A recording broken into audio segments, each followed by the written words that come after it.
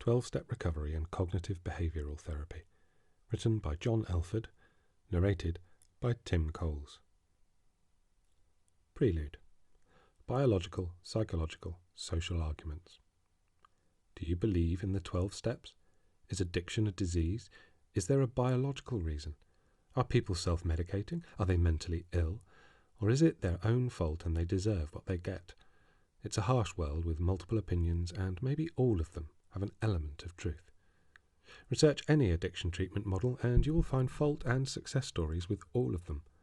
It breaks my heart that people are dying from addiction, and many as a result of the medicines that are meant to be helping them. Treatment services that only believe in the model they deliver are contributing to the failure of our welfare systems. From the nurse who belittles someone for attending a self-help fellowship, to the addict who is not welcome in a meeting because he or she may be on medication for depression. All of these and similar attitudes are killing people.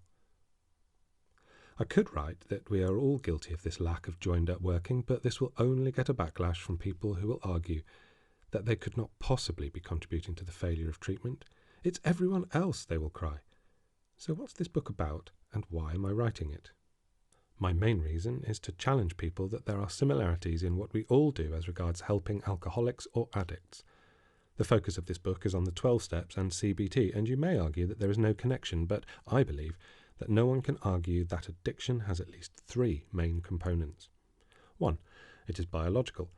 That is to say, part of the illness stems from the biological functioning of a person's body.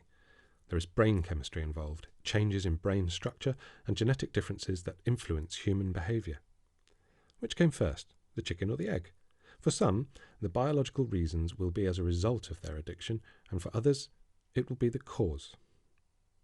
2. It is psychological.